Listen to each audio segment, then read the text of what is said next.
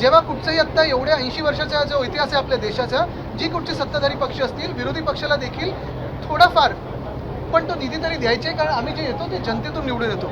जर तुम्ही आम्हाला निधी नाही दिलात तर अन्याय हा फक्त आमच्या मतदारांवर नाही तर तुमच्या पण मतदारांवर तेवढंच होतं, कारण सगळे ह्या देशाचे नागरिक आहेत. हे जरी असलं तरी आम्हाला जे निवडून दिलेलं आहे ते शिवसेना उद्धव बाळासाहेब ठाकरे पक्ष म्हणून निवडून दिलेलं आहे, भाजप विरोधी म्हणून दिलेलं आहे आणि राष्ट्राच्या हितात, महाराष्ट्राच्या हितासाठी आम्हाला निवडून दिलेलं आहे. हे जे कोणी पळतात ना तिथे निधी द्या ते काही मतदारसंघाच्या निधीसाठी नाही, स्वतःच्या खिशांसाठी पळून गेलेले आहेत. हा सौदा केलेला आहे. पालिकेच्या नगरसेवकांवरती आर्थिक कोंडी केली जाते, पालिकेच्या नगरसेवकांवरती आर्थिक कोंडी केली जाते. काय आता तुम्ही हेच तर सांगितलं ना मी, आर्थिक कोंडी म्हणजे पैसे कोणाचे, जनतेचे आहेत ना. तुम्ही स्वतःच्या सत्तेसाठी वापरता, लोकांची पक्षांची तोडफोड करण्यासाठी वापरता. हे पैसे जे आहेत ते जनतेचे, जनहिताचे तसे वापरले गेले पाहिजेत. पण एका बाजूला तुम्ही पाहिलं असेल मिसिंग लिंकवर पुण्याच्यात तर मी गेलो होतो परवा, मला तुम्ही 10 मीटर दाखवा जे सपाट असेल, तिथे पण भ्रष्टाचार दिसतोय. वरती खालती रस्ता आहे. एक रस्त्याने चांगला बनवलेला दाखवा मला. नॅशनल हायवे दाखवा किंवा स्टेट हायवे दाखवा किंवा MSRDCचं दाखवा. हा तुमचा बघा पाऊस लांबणीवर गेला आहे, शेतकरी आवाज दिलाय, पेरणी पेंडिंग आहे, आर्थिक अडचणीमध्ये शेतकरी आर्थिक अडचणी आहेत शेतकऱ्याला. अशा वेळी कर्जमाफीबाबत ज्या अटी आहेत त्याबाबत आपण नाराजी व्यक्त केली. एकंदरीत या सगळ्या गोष्टींवरती बोलण्यापेक्षा आता खासदार कोणी हेच तर मी सांगतोय. म्हणजे हे सगळं सोडून भाजप आणि त्यांचे जे मित्र पक्ष आहेत आणि त्यांचे जे गुलाम पक्ष आहेत ते नुसतं खासदार कसे फोडायचे, आमदार कसे फोडायचे, सत्ता अजून कशी प्राप्त करायची. आणि ह्यांना परत एकदा सांगतोय, आमचे आमदार खासदार का फोडतात? कारण यांना महामानव डॉक्टर बाबासाहेब आंबेडकरांनी लिहिलेलं संविधान बदलायचं आहे.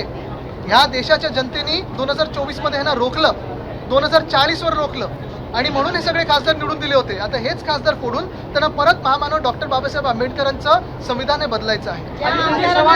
निवडून दिलं तेच आमदार स्वतःच्या स्वमनाने पक्ष बदल करतात, तर याच्यावर कारवाई व्हायला 100% होणार आणि हे डिस्क्वालिफाय होणार. जर ह्या देशात न्याय प्रक्रिया असेल तर ती न्याय प्रक्रिया है ना डिस्क्वालिफाई करेल. जर असेल तर आज 3 बजे 6 सांसद शामिल हो रहे हैं, घोषणा होती पूर्ण मराठी उद्या मग हिंदी. लोकसभेचा निकाल महापालिकेचा होता, पाहिला गेला तर आता शिंदे गट जो आहे महापालिकेचा तो म्हणतो की गट नाही, ती कटकट आहे हो यांची.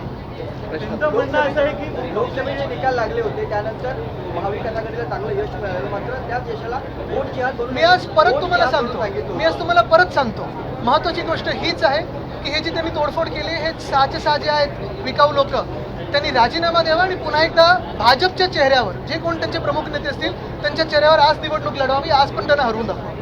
आपल्या चहापानाच्या बहिष्कारावर भास्कर जाधव सरांना प्रश्न आहे.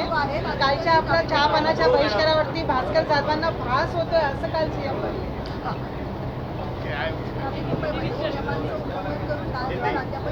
मागच्या अधिवेशनात देखील हा मुद्दा उपस्थित केला होता, तेव्हा अधिवेशनाच्या काळापूर्वी हे ट्रान्सफर बंद केला. पण आता जो लोकशाहीने व्हिडिओ दाखवला त्यामध्ये पोलीस कॉन्स्टेबल जे नवी मुंबईचे आहेत महेश बचोटे यांचा थेट त्या व्हिडिओमध्ये संपूर्ण व्हिडिओ त्यांचा पाहायला मिळतो. आता त्यांना कोण बचवते?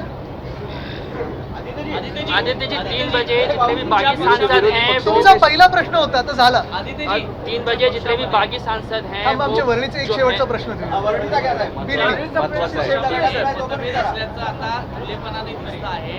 भास्कर जाधवांचा एक व्हिडिओ व्हायरल झाला होता, मिलिंद नार्वेकर आला तर काय झालं, त्याच्यावर आज मिलिंद नार्वेकरांनी लिहिलं फ्रस्ट्रेशन. अरे मला वाटतं ह्याच्यात एवढे देशात आणि राज्यात एवढे महत्वाचे प्रश्न आहेत ना, ह्यांनी पण तेवढे इम्पॉर्टन्स दिला नाही, त्यांनी पण इम्पॉर्टन्स दिलं नाही. हे चालू असतं ना, आता आपल्या वर्णीत किती चालू असतं, थोडं चालू असतं. आदित्य जी आज जो 6 बागी सांसद हैं वो औपचारिक तरीके बागी से नहीं, डरपोक है और बिकाऊ है. वो शिवसेना के शिंदे गुट में शामिल हो जाएंगे, इस बात की चर्चा है कि प्रेस कॉन्फ्रेंस होगी. इस पे क्या प्रतिक्रिया ओवरऑल इस पूरे जो मामले 6 बागी नहीं बिकाऊ सांसद है वो चुन के आए थे उद्धव बाळासाहेब ठाकरे इनके चेहरे पे.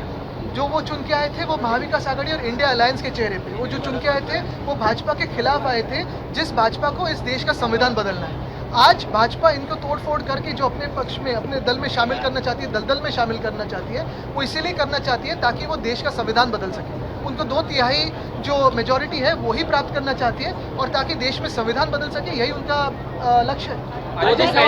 2 दिन पहले एक कसं करू. पिछली बार जो शिवसेना में फूट हुई थी उसके बाद जो कानूनी लड़ाई थी वो लंबी चली, अब तक खत्म नहीं हुई है. दूसरी बार ये लड़ाई आप कैसे जीतेंगे, इसके लिए क्या करेंगे? और गोवा का भी केस पेंडिंग है. यही तो बात है. अगर इस देश में कानून व्यवस्था है, न्याय प्रक्रिया है, तो हम यही अपेक्षित करते हैं कि न्याय हमें मिले. ये न्याय सिर्फ हमारे पार्टी के लिए नहीं है. जैसे आज हमारी पार्टी को तोड़ा है, वैसे आम आदमी पार्टी को भी तोड़ा, टीएमसी को तोड़ा है, कल कोई भाजपा को जाके तोड़ेगा.